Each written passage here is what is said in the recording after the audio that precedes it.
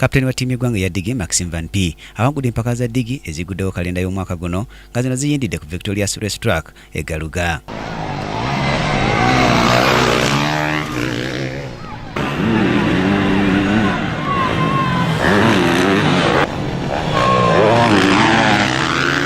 Empaka zino zituumiddwa National Motor Championship zeetabiddwa amavuzi abeera ddala 7 era nga bano bavuganyizza mu mitendera egy'enjawulo. Mu mutendero gw'abakulu gwa MX1 okudda kwa Olivier Van P tekulemesezza kapteni wa timu y'eggwanga kuwangula mpaka zino era nga addiridwa Asaf Natani mu kyokubiri, Olivier mu kyokusatu ate champion wa Uganda emirundi 12 Arthur Blick Jr. amalidde mu kyakuna. One of the most important race of the year and to get the 3 wins out of 3, very good. I didn't fall once, felt consistent.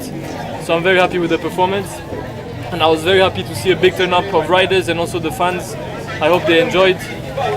These are the people who make me try to do better, practice more, so that on a day like this I can make them enjoy. My goals for this year is to win again the national championship, the East African Championship, and I want to do better in the African Championship. I got 3rd last year, and this year I want to do everything to try to win.